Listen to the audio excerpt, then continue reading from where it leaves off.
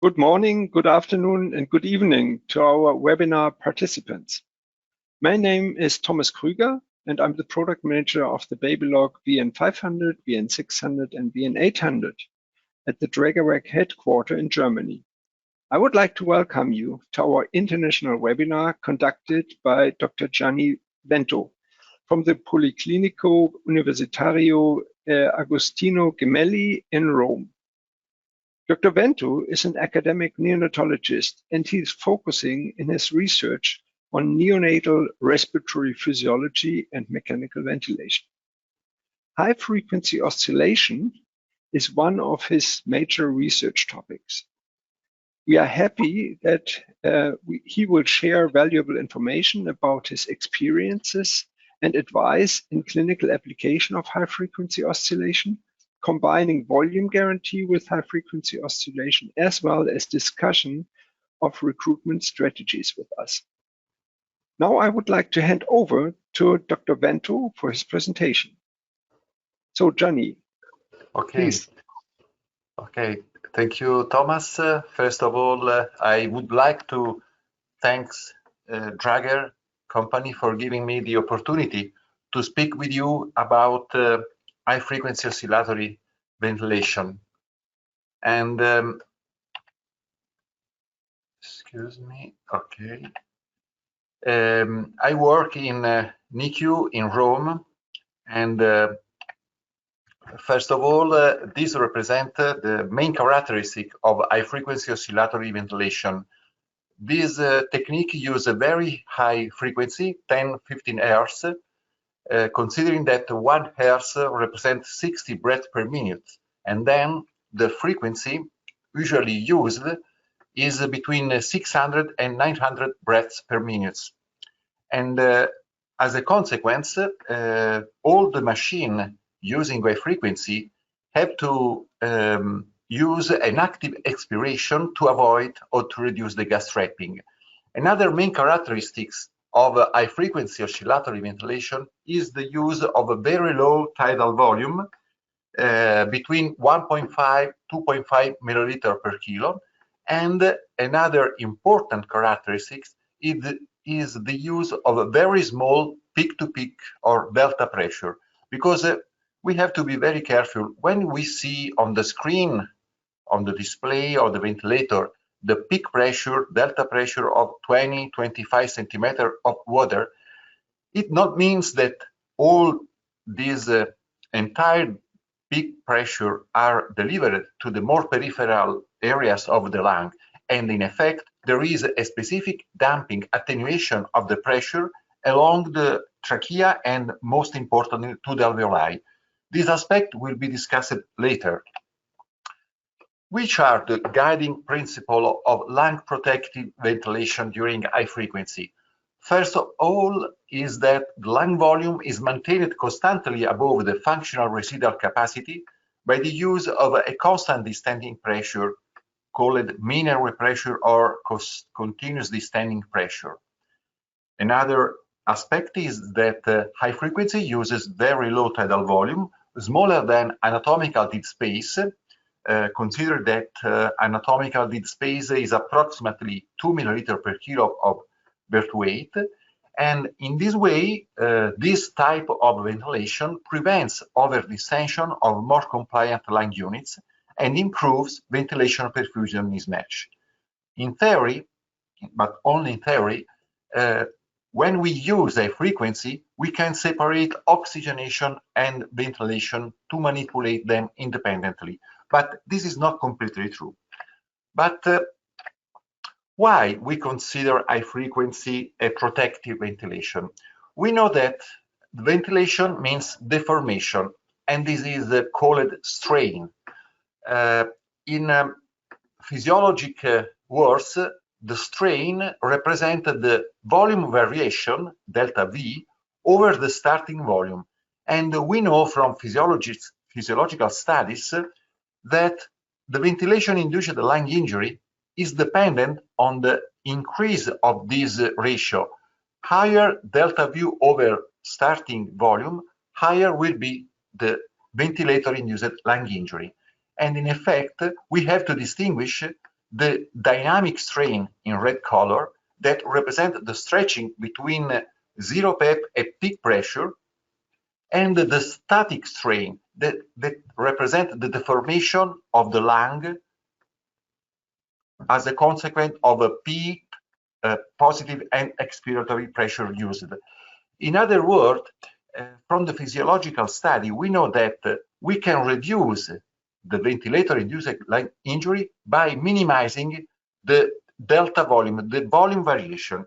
And this is why high frequency could be considered more appropriately a protective ventilation with respect to the conventional ventilation, just because we use a lung volume that is maintained above functional residual capacity over the entire respiratory cycle, because we use a constant standing pressure, always the same. And in other words, we increase the static strain. We use a mean airway pressure of 10, 12 centimeters of water. These represent the static strain, but in this way, the alveoli are constantly opened. And at the same time, we use the very small tidal volume. Do you remember 1.5, 2.5 milliliter per kilo? And these represent the dynamic strain in red color. So, in the opposite of this figure, when we use very high tidal volume and 0 PEEP, we undergo the lung to a very dramatic tidal volume, a very dramatic dynamic strain that is responsible for the ventilator-induced lung injury. On the opposite of this figure, we have the use of high frequency. You see that the entire volume is completely the same between this and this column, but the composition of the strain is completely different, because in this way, the static strain, the green color, is much higher respect to the dynamic strain consequence of the tidal volume. And this is why high frequency ventilation could be considered a very strategic protective lung ventilation, especially for the neonates. Regarding the mechanism of removal of CO2, we know that in conventional ventilation that are defined all the ventilation using less than 3 Hz, that is less than 180 breaths per minute, the minute ventilation is equal to the product of tidal volume times frequency. But in high frequency ventilation, is correct this equation to describe the CO2 removal? Some studies define that when we use high frequency oscillatory ventilation, is more correct to speak in terms of gas transport coefficient. And this CO2 is equal to the same factors, tidal volume and frequency. But you see that the tidal volume has a major effect than the frequency on the gas exchange.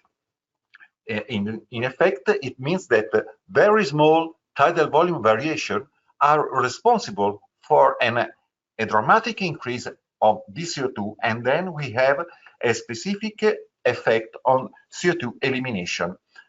In other words, this CO2 is the critical determinant of the efficiency of a gas mixing.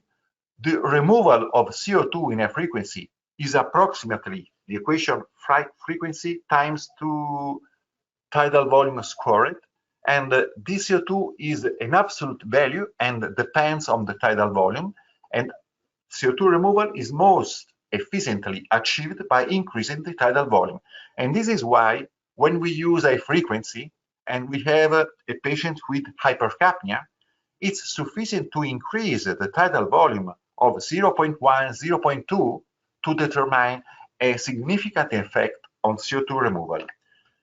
In the last years, Manuel Sanchez Luna performed an experimental study on an animal model, and just because we recently introduced the high frequency plus volume guarantee, that means that the volume remains always the same, okay? And for this reason, when we increase the frequency by using high frequency plus volume guarantee, the increase of a frequency could have some effects on the dCO2.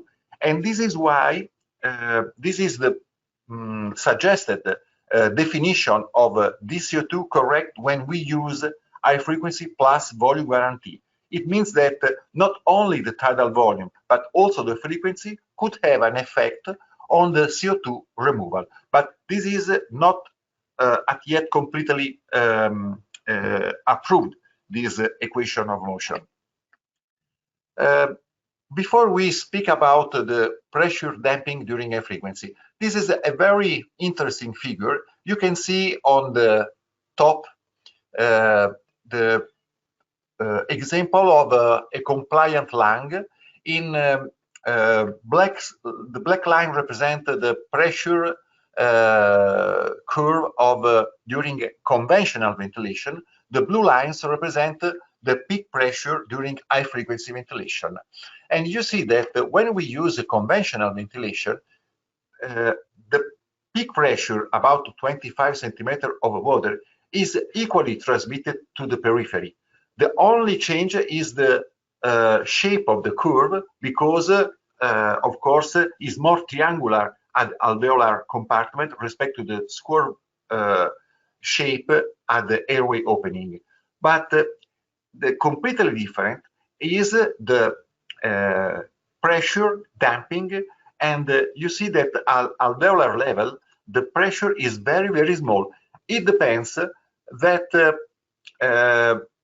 during high frequency the very short inspiratory time are insufficient to fully transmit the complete pressure waveform, and this is why we have a progressive damping of the pressure waveform from airway opening to the alveolar compartment. And this is a very important aspect to consider when we use high frequency. And the B part of the figure represents what happens in case of a less compliant lung, for example, a baby with RDS before surfactant administration. You see that also in both conventional black line and high frequency blue line, the peak pressure needed to deliver the same tidal volume will be higher because the lung is less compliant. But at the same time, we have a progressive damping of the pressure during the passage from the airway to the large airways and to the alveoli. But you see that the damping will be reduced because, in other words, when there is a less compliant lung, the pressure will not be attenuated completely, because the transfer of the energy, kinetic energy of the pressure, will not be responsible for the simultaneous lung volume expansion, because the lung is less compliant, and then there will be a lower attenuation of the pressure, also by using high frequency. You see that the level of peak delta pressure in a compliant lung is very, very small, a little higher in case of a less compliant lung. In other words, the damping is dependent on the compliance and the frequency. You see that higher the compliance and lower will be the percentage of the transmission of the airway opening pressure. Okay, and another important aspect is that higher the frequency and lower will be the percentage of the transmission. Why this? Because when we use very high frequency, the absolute time of inspiration time will be reduced. Okay, and then there is no sufficient time to transmit completely the pressure to the more peripheral airways. In the conclusion, the pressure amplitude transmission decrease with increasing compliance, increasing frequency, but also by decreasing the inner diameter of endotracheal tube. Because when we use a very small endotracheal tube, the resistance will be increased, and then higher resistance means that there is an opposition to the full transmission of the pressure from the airway opening to the alveoli. And this is why it's important when we use a frequency ventilation in preterm neonates to use the bigger endotracheal tube, because it's very, very difficult to apply a frequency when we use 2.0 endotracheal tube diameter. It's not impossible, but of course this represents a very resistive system. In general, when we have to use high frequency, it's important also in neonatal physiology to distinguish between restrictive respiratory disease, example of homogeneous lung disease such as RDS, pulmonary hypoplasia, or pneumonia, and an opposite chapter is represented by the obstructive respiratory disease of the newborn, in which we have inhomogeneous lung disease. Example of these are bronchopulmonary dysplasia, meconium aspiration syndrome, air leak, or also pulmonary hemorrhage. But why we show this slide? Because we have to distinguish which are the most affected respiratory mechanics. In the first category, in the restrictive respiratory disease, we have a reduction of compliance. On the opposite, in the obstructive respiratory disease, the most important mechanical property of the lung will be an increase of the resistance. It means very different time constant. You know that the time constant is the product of the compliance times the resistance. So, according to the specific pathology of the lung, we will use specific frequency and specific respiratory setting. In our hospital, since 2000-2005, we use elective high-frequency ventilation in these categories of the babies. First of all the extremely low gestational age newborns needing mechanical ventilation, even if in the last decades there is an increasing number of the babies, also the extremely low gestational age, not intubated into the delivery room, but in some cases we have to intubate the babies, and in this baby we use high frequency electively, and also in the extremely low birth weight infants that represent the most vulnerable infants. Also, we use elective high frequency ventilation in case of pulmonary hypoplasia, congenital diaphragmatic hernia, in case of air leak, and hydrops fetalis with pleural effusion, also in case of pulmonary hypertension of the neonates and meconium aspiration syndrome. On the other side, we use high frequency ventilation as a rescue therapy in the newborns with the gestational age more than 27 weeks, requiring in conventional ventilation a peak pressure equal to or more than 25 centimeters of water, or an FiO2 more than 40% after surfactant.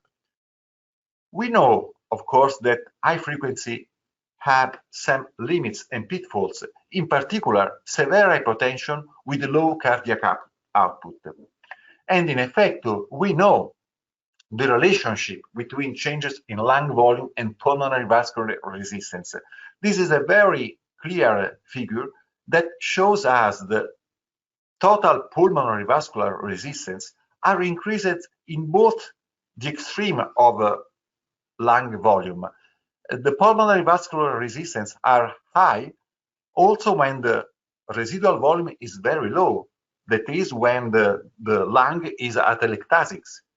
But at the same time, we know that if we hyper-expanded the lungs, we can have at the same time an increase in total pulmonary vascular resistance because we have a compression of the alveolar vessels. And then we have to stay in the middle. And this is why in this review is stressed the importance in terms of cardiorespiratory interaction that the clinician should titrate the mean airway pressure to optimize the balance between mean lung volume, that is arterial oxygenation, and ventricular function, that is global cardiac output, to minimize pulmonary vascular resistance and routinely monitor cardiorespiratory parameters closely.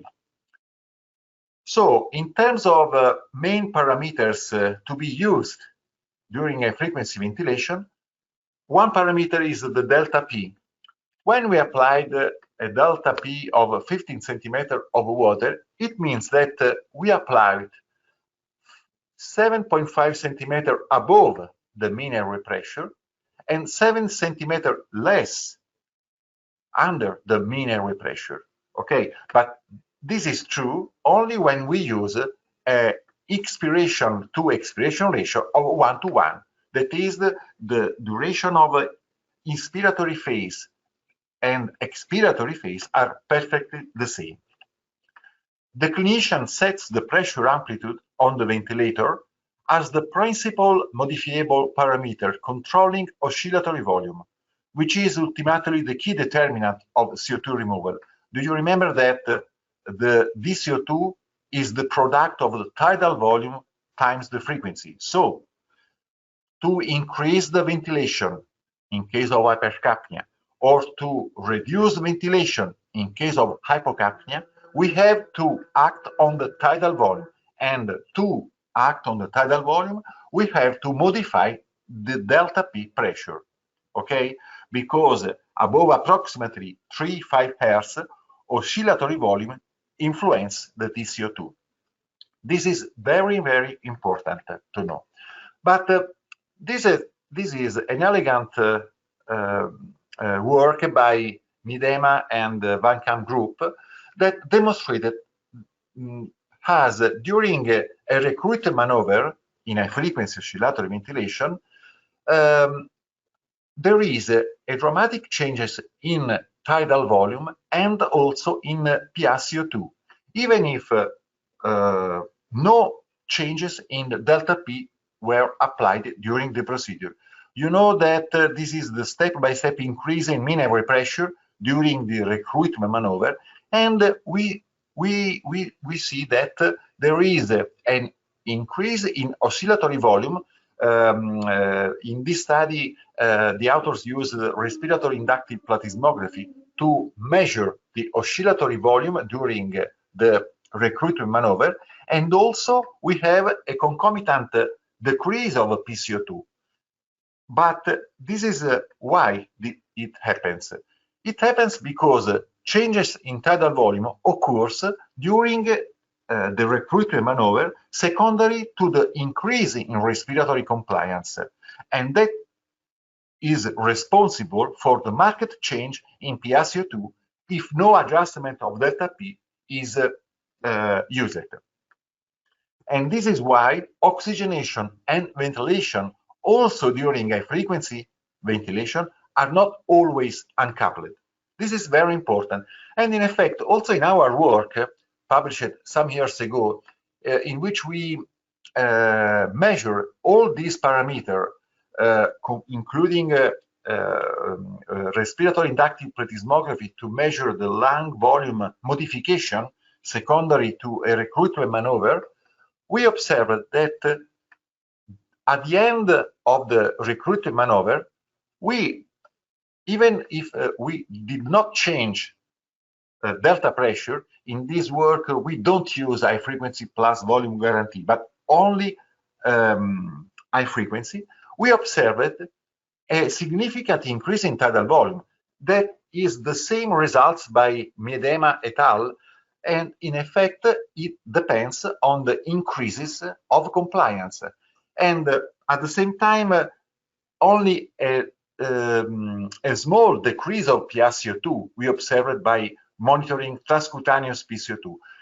This to underline the importance of the changes in mechanical properties of the lung, secondary, for example, to a recruitment maneuver or secondary to surfactant administration, that it's important to be very careful because the tidal volume could be dramatically changed secondary to the change in mechanical properties of the lungs, that is, in the increase of the compliance. And this is why it's very, very useful to apply the volume guarantee also during high frequency. In conventional ventilation, the use of volume target ventilation is very popular, and the machine will automatically modify the pressure, the peak pressure, to deliver the same tidal volume, also independently of the changes of the mechanical properties of the lung. On the same way, also when we use high frequency, it's very, very important to apply volume guarantee modality. And in this modality, the machine, the WEN 500, 600, 800, will deliver the constant tidal volume by modifying the amplitude regulated. In our observational study, we compared 11 patients treated by high frequency without volume guarantee and plus volume guarantee, extremely low gestational age newborns suffering from RDS, and we evaluated the changes of tidal volume in high frequency, delta pressure, and PCO2. And at the start of the study, no significant difference exists between the two groups, high frequency and high frequency plus volume guarantee. Pre-surfactant, significant difference between the two groups in terms of the tidal volume. Okay, the tidal volume is less in the volume guarantee modality, about 1.6 milliliter. But, and this is the very important results, is that after 1 hour of surfactant administration, we have a dramatical difference between the tidal volume, because in the group of high frequency without volume guarantee, the tidal volume significantly increases respect to the pre-surfactant time. On the opposite side, when we use high frequency plus volume guarantee, the tidal volume is perfectly the same pre and post surfactant. And you see that the delta pressure applied in high frequency plus volume guarantee is dramatically reduced, just because the machine delivers the same tidal volume, and as a consequence of the improved compliance of the lung, the delta pressure needed to deliver the same tidal volume, 1.6, will be automatically reduced. And as the last observation, the PCO2 in the group of high frequency plus volume guarantee remain practically the same. Respect to the babies treated with high frequency without volume guarantee, in which the PCO2 significantly reduced after the surfactant. And this is a Pearson correlation showing a very good correlation between tidal volume and PCO2. Higher tidal volume, 2.5, lower PCO2. And this is what we have absolutely to avoid. This is the value of the baby treated with high frequency without volume guarantee after surfactant. Okay, we know that it's very, very important to stay in these closed windows to avoid the hypocapnia and the risk of periventricular hypomalacia and so on. So this is another important message. When we have to reduce the PCO2 in case of hypercapnia, or when we have to increase PCO2 in case of hypocapnia, we have to be very careful. We have to not produce a dramatic increase or decrease of PCO2. It's important to increase or decrease the tidal volume of no more than 0.1, 0.2 milliliter per kilo, step by step, because the PCO2 had to increase or decrease very slowly to avoid the very too rapid modification of PCO2 that are very careful, a very dramatic effect on the cerebral circulation. Another important parameter we have to choose when we start high frequency ventilation is the frequency, that is the number of oscillation per minute. In this figure, we saw the effect of time constant on the corner frequency of the lung. The corner frequency of the lung is the frequency above which there is a loss of energy. So we have to stay also within the corner frequency. And the time constant is the product of resistance and compliance. As the time constant shortens, the corner frequency of the respiratory system increases. For example, a preterm infant of 600 grams with a compliance of 0.1 milliliter centimeter is a severe RDS, and a resistance of 100 centimeter liter per second has a time constant of 10 milliseconds, and in this case, a corner frequency of 15.9 Hz. And this is important for us because when we use high frequency for extremely low gestational age newborns, we can start with 15 Hz because this is appropriate for a very small preterm infants. And in this very useful figure by Jane Pilov, these are the frequency recommended to start in terms of lung pathology, because the user frequency should be adjusted according to the underlying mechanical properties of the airways and the lung. In general, lower frequency, 7 to 10, in high resistance and or high compliance lung, for example, meconium aspiration syndrome, term lung disease, in which we have a very high resistance, small compliance, but the time constant will be increased. And then we have to use a small frequency just because we have to increase the duration of inspiratory time, because the time constant of that lung is high. On the opposite, higher frequency will be used in low compliant lung with the normal resistance because we have a very short time constant. Do you remember the example we had just a few minutes ago? A 600 grams preterm baby with severe RDS, very, very small compliance, normal resistance, time constant 10 milliseconds, then is appropriate to use 15 Hz for these babies, okay? Another important aspect is the inspiration to expiration ratio. And this determines the proportion of the time spent when the oscillatory pressure is above during inspiration or below during expiration phase, the mean airway pressure, resulting in similar fluctuation of positive and negative flow.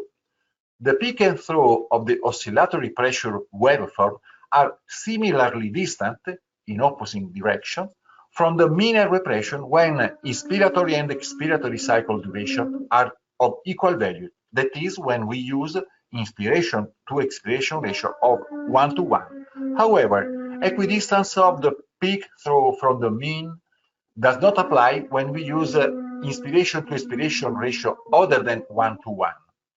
And this is clearly shown in this figure. When we use a 1:1, the area under the curve in A inspiration and B expiration are perfectly the same.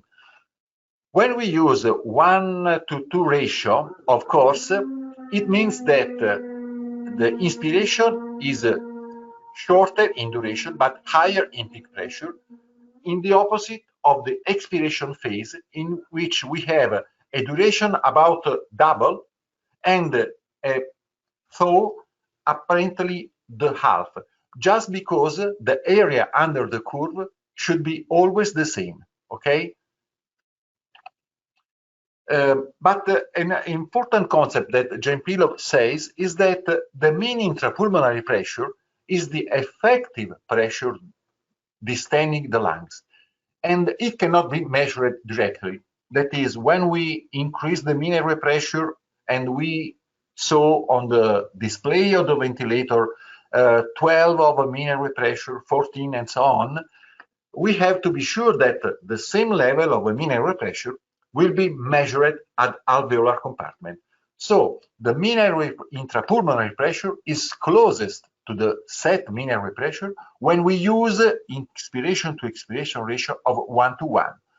When we use a different ratio, 1:2 or 1:3, it has been demonstrated in the animal models that mean intrapulmonary pressure will be lower than the set mean airway pressure. So, in conclusion, we have to know that when we use a frequency strategy and we have to improve oxygenation, oxygenation depends on these two principal parameters, mean airway pressure and FiO2.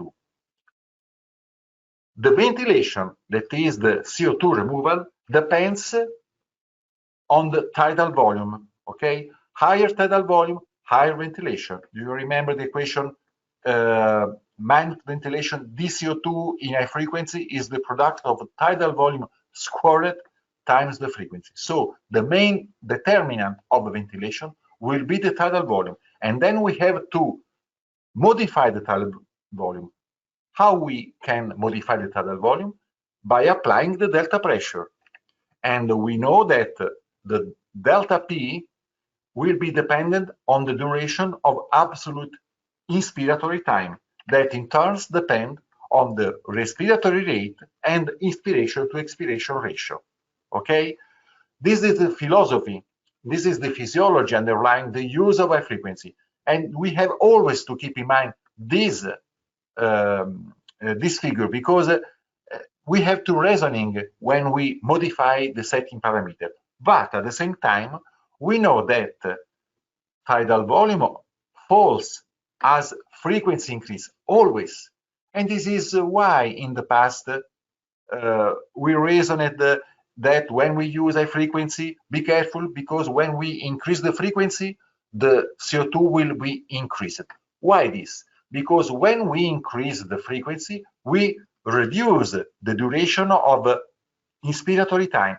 And this is responsible for lower delta P and then lower tidal volume.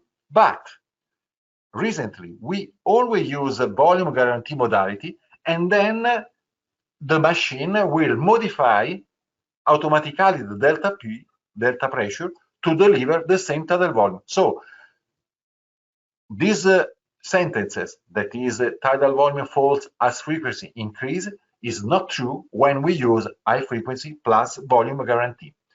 And this is why also the inspiration to expiration ratio of 1:2 that was always suggested when we use sensormedics is not completely true at the present when we use these hybrid ventilators, including WEN 500, 600, and 800, in which we can use safely the 1:1 inspiratory to expiration ratio. Okay, this is what we use in our center, and we don't have any side effects.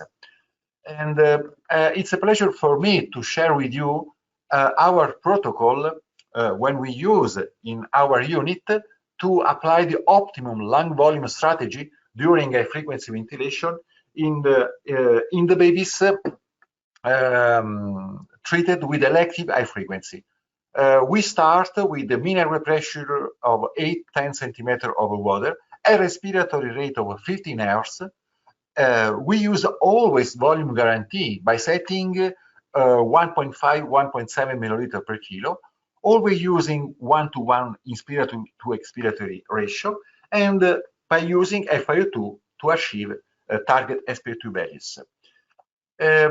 But it's very, very important verify as soon as possible the goodness of the tidal volume chosen by transcutaneous CO2 monitoring and or blood gas analysis, because of course we have to be sure that the volume guarantee used in this baby is appropriate to guarantee the target PCO2 between 45 and 55 millimeters of mercury. In general, 1.5 is a good starting tidal volume. We don't have cases of hypocapnia in most of the babies, so we recommend to start with 1.5. And at the same time, our strategy is to use a recruitment strategy, and in some cases we can set a new volume guarantee if necessary on the basis of the CO2 monitoring. And always our strategy is to use the lowest level of mean airway pressure, guaranteeing optimal oxygenation with the target FiO2 of 25%. Then we continue to monitor transcutaneous CO2 and look at tidal volume set and delivered, and also under delta P delivered and also under dCO2. Another important aspect is the weaning from high frequency. As Jim Pilov suggested, weaning from high frequency directly to a non-invasive mode of respiratory support is possible and often the preferred mode. This is the suggested pre-extubation parameters in high frequency for our extremely low gestational age newborns during the first week of life. Of course, when an extubation attempt is made after 2-3 weeks of time, we tolerate mean airway pressure, higher values of mean airway pressure, such as 8.5 centimeters of water before attempting an extubation. And this is our experience. We published the results of extubation directly from high frequency oscillatory ventilation in extremely low virtuate infants, and we obtained about 90% success of extubation rate, defined as more than 1 week of non-invasive respiratory support post-extubation. And this is why, while in the past and also now some centers prefer to extubate the baby with a weaning process from a frequency to conventional ventilation, we believe that is not recommended to start on conventional ventilation before extubation, because we can directly weaning from a frequency to a non-invasive mode of respiratory support. The last part of my presentation will describe the importance of a lung recruitment maneuver that can be performed with high-frequency oscillatory ventilation. First of all, just to share with you the recommendation of the European Consensus Guideline regarding the approach and the strategy to be used in the delivery room. The European Guideline suggests that intubation should be reserved for babies not responding to positive pressure ventilation by face mask or nasal trunks. And more recently, the American Academy of Pediatrics suggested that the most important priority for newborn survival is the establishment of adequate lung inflation and ventilation after birth. That is, we have to favor the achievement of an adequate functional residual capacity since the delivery room resuscitation. And this is why it's very important to apply a nasal positive CPAP to increase and to promote the functional residual capacity to be obtained. In other words, we have to start to recruit the lungs since immediately after the birth. But some difficulties exist because which is the best way for surfactant delivery is not completely well defined.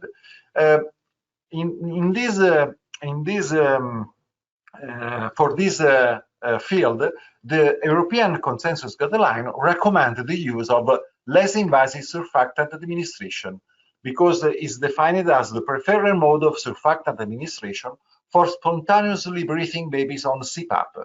But the level of evidence is not too high, it's a B2 evidence. The position statement of a Canadian Pediatric Society is not so definitive conclusion because they describe Insure as the preferred mode the widely accepted mode in clinical practice, and defined the less invasive surfactant administration together with laryngeal mask or nebulization as a newer method of non-invasive surfactant administration. Okay, but really, when we see also the meta-analysis that described that among preterm infants, the use of a less invasive surfactant administration was associated with the lowest likelihood of the composite outcome of death of BPD at 36 weeks of postmenstrual age, the authors concluded that these findings were limited by the overall low quality of evidence and lack of robust in higher quality trials. And in effect, if you see the results, you can verify that the comparison between less invasive surfactant administration and another standard approach that is Ensure is only evaluated in 3 trials, not very recent trials, and also in babies not very, very small, not extremely low, but all the babies had a mean gestational age of 28, 29. Just to see to you that the evidence of using a less invasive surfactant administration in extremely preterm neonates with gestational age less than 28 weeks is not completely true. And in effect, this is another way to demonstrate the same effect. When we look at the composite outcome of that of BPD, these are the only 3 trials comparing less invasive with Ensure method. So I believe our group 3 years ago designed this study in Rectuar to evaluate the efficacy of a recruitment maneuver performed just before surfactant administration, followed by rapid extubation. The result of this trial has been published recently on the Lancet Respiratory Medicine, and we randomized babies of 24 to 27 weeks of gestational age, not intubated in the delivery room and reaching failure criteria of CPAP within the first 24 hours of life. And they were randomized to receive in Rectuar or classical Ensure. Our primary outcome was the need for mechanical ventilation in the first 72 hours of life. And we performed analysis in terms of intention to treat and per protocol. This is the flow diagram of our study, 218 patients randomly assigned, and the infants were ineligible if they had severe birth asphyxia or they were intubated in the delivery room. Just to describe what babies we randomized. During the study period, in the 35 NICUs in Italy participating at the trial, 1,156 preterm babies of 24, 27 weeks were born during the study period at risk for RDS. Of these 600, more than half patients, represent the bad infants. This is the methods of describing the babies in the delivery room suggested by Alan Job several years ago. The bad infants are the babies who required immediate intubation in the delivery room. But at the same time, we have 237 infants that were managed in the delivery room with the nasal CPAP, and they never need of surfactant administration. They never need mechanical ventilation. They represent the good infants in which the early application of adequate level of CPAP in our study was 6-7 centimeters of water, represent the bridge to resolve the respiratory insufficiency, and these babies were successfully treated with only CPAP. The last category of the babies as the so-called marginal infants. that is, babies not intubated in the delivery room, managed with the CPAP, but reaching CPAP failure and needing surfactant. These babies were randomized to receive surfactant by Ensure method or in Rectuar method. These are the baseline characteristics. The babies were 26 weeks of mean gestational age, 800 grams of mean birth weight. They were equally managed in the delivery room with about 6 centimeters of water, 30% of FiO2. CPAP before surfactant administration is 6 centimeters of water, and the FiO2 at the moment of CPAP failure was pretty the same in the two groups, 0.42 FiO2 requirement. These represent the HFOV recruitment maneuver, starting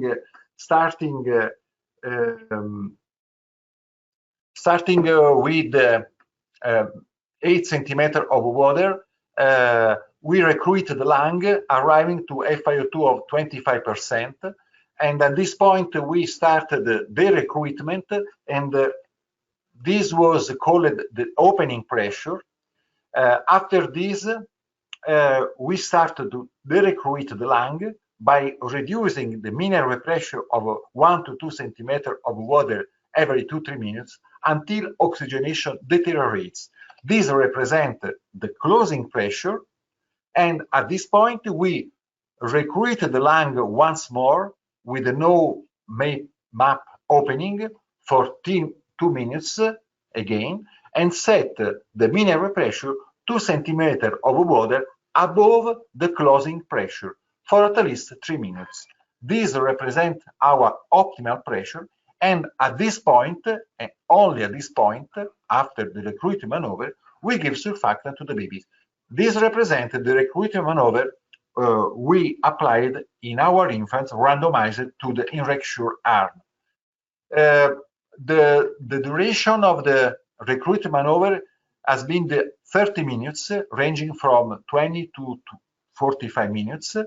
And this is why the surfactant administration was happened significantly later in the babies, 1 hour later. And these represent the mean values of opening pressure, closing pressure, and optimal pressure.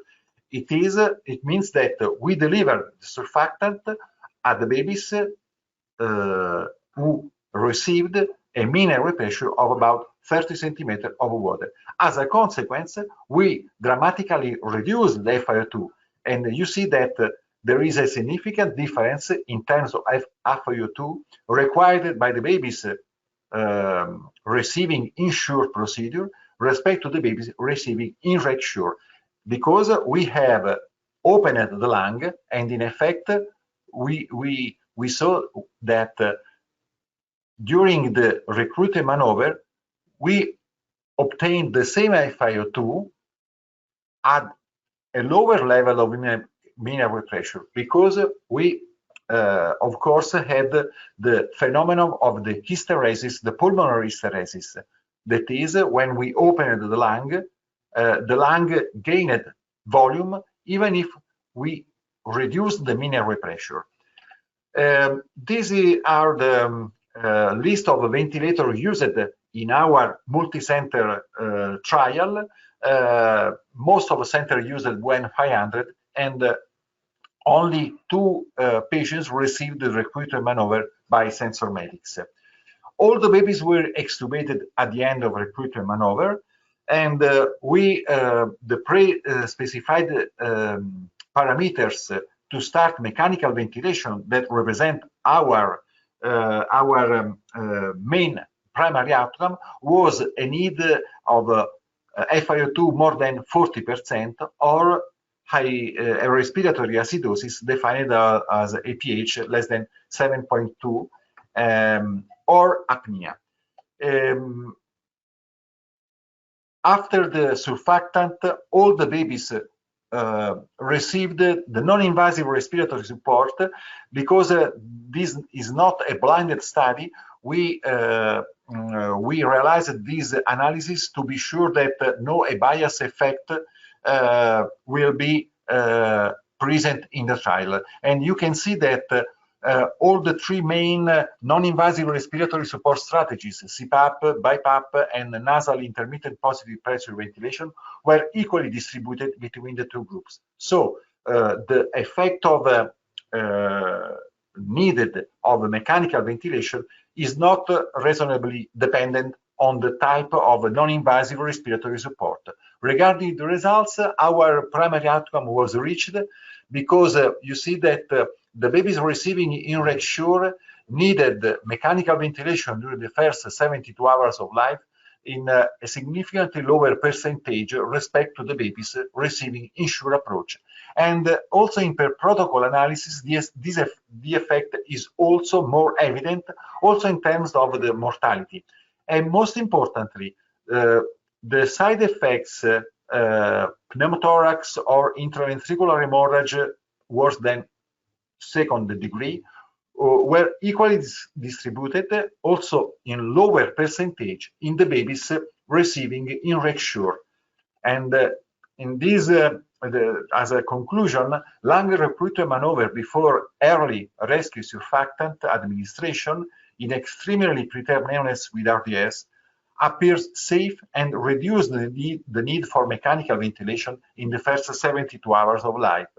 To our knowledge, this study is the first randomized clinical trial reporting this effect in human preterm infants. Just to describe that the commentary by Neil Feiner and Anup Katiria was that, therefore, we believe that the next logical step would be the comparison of in Rectuar with less invasive surfactant administration in larger study powered for such important outcomes. In the scientific community, there was some interest after our publication. There were some letters to the editor, our reply, and this is the new trial we are designing, aiming to compare the in Rectuar with the less invasive surfactant administration respect to the primary trial. In this new trial, we will use high frequency ventilation plus volume guarantee during the recruitment maneuver, and the outcome will be a more robust outcome, the composite of that or VPD. And just to finish, our experience in our center is with the WEN 500 ventilator, but you have to know that there are available also more modern Babylog WEN 600 and WEN 800, but it's important to know that the algorithm and the mechanical property of the ventilator are pretty the same. The quality improvement has been transferred in terms of the display, but if you use WEN 500 and if you use WEN 800 or 600, all the parameters, all the setting I have suggested is the same by using all three types of ventilator. And thank you for your attention.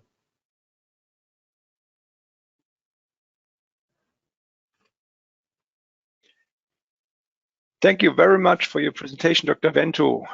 I think the last question or the last slide you showed related the planned study comparison of in Rectuar and LISA. Will be very interesting to see what the results are of the study. I think many people would be very interested about this. So we now will start the question and answer session, a little late, but however, I hope that you can spend some more minutes. If you haven't asked already, use the question via the chat function or the question function of your webinar toolbox on the right-hand side. And we, in fact, have already a few questions. And so I will read this now for you. I think even if you explained this quite well, there's one question. What is your lung recruitment strategy with high frequency plus volume guarantee for bed babies with FiO2 of 100% requirement? Okay. a very interesting question. I thank you for this, because I described the recruitment maneuver, but we have to know that not all the lungs are well recruitable. For example, when we have an hypoplastic lung, such as the lung of the baby born after very early premature rupture of membrane, in which we have a very, very low compliant lung, we can try to recruit the lung, but it will be very, very difficult, if not impossible, to reach the target FiO2 of 25%. In general, we have always to try to recruit the lung, also in the very low compliant lung, and we have to stop to increase the mean airway pressure if no concomitant improvement in saturation and then in reducing FiO2 will be shown. So the importance of the recruitment maneuver is that we can use in all the different lung, but also knowing that not all the lungs are the same. The recruitment maneuver is perfectly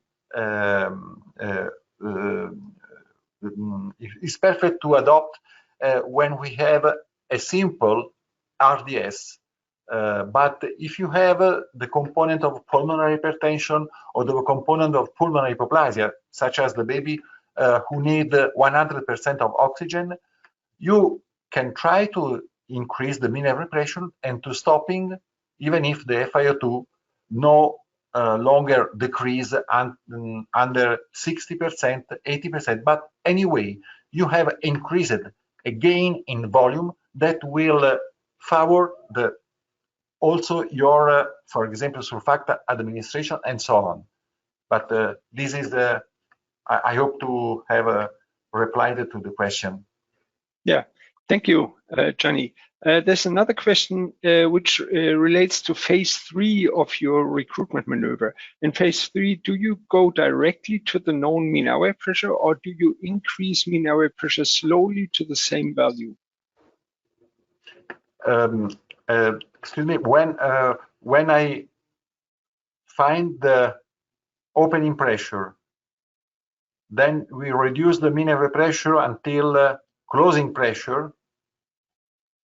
From this point, we reopened the lung by moving directly from the closing pressure to the opening pressure, not step by step, because the recruitment maneuver is useful for know which is the opening pressure for that lung.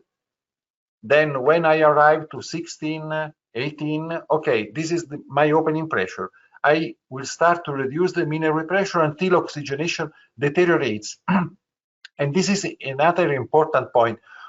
In some babies, when we reduce the mean airway pressure, in some cases we have a dramatical SpO2 reduction, and then we have to increase FiO2. But in most of patients, to define the closing pressure will be the level of mean airway pressure at which the SpO2 values drop from 90 to 93% to 88, 89. So it's sufficient 3-4 points of less saturation to define the closing pressure.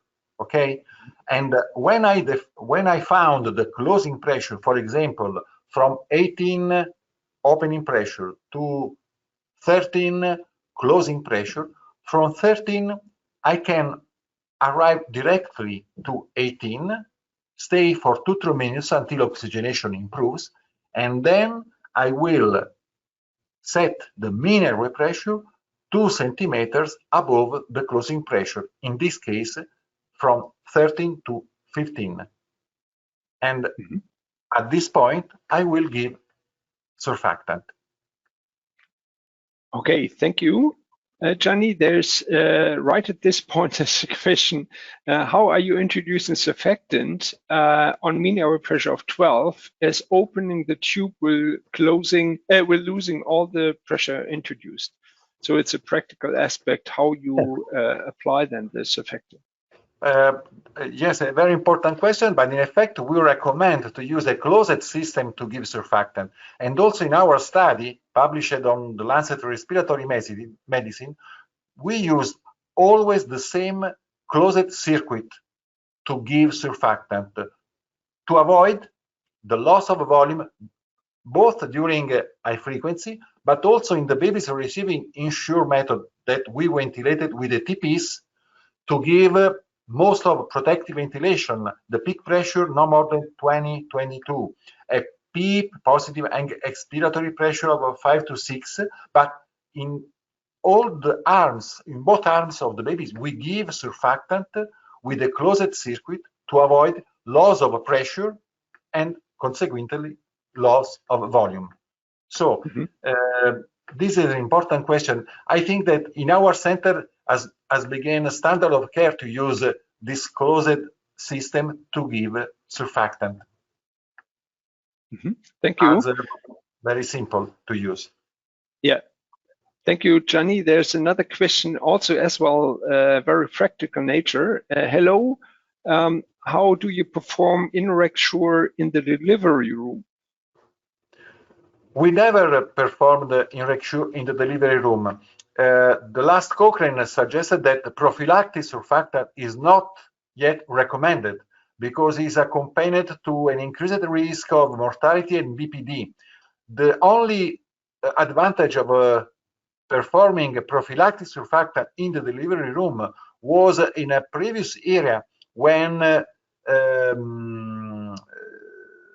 steroids prenatal administration was very low, and when early CPAP in the delivery room was not standard of care. But evidence suggested that when we use and when we apply very early nasal CPAP in the delivery room to all the extremely low gestational age, to start to promote the functional residual capacity, and when we have a good steroids prenatal administration, we have the time to stabilize the baby in the delivery room, to take the baby from the delivery room to bring the baby in the NICU. And in effect, also in our study, you see that a lot of babies were managed only with the nasal CPAP without any surfactant administration.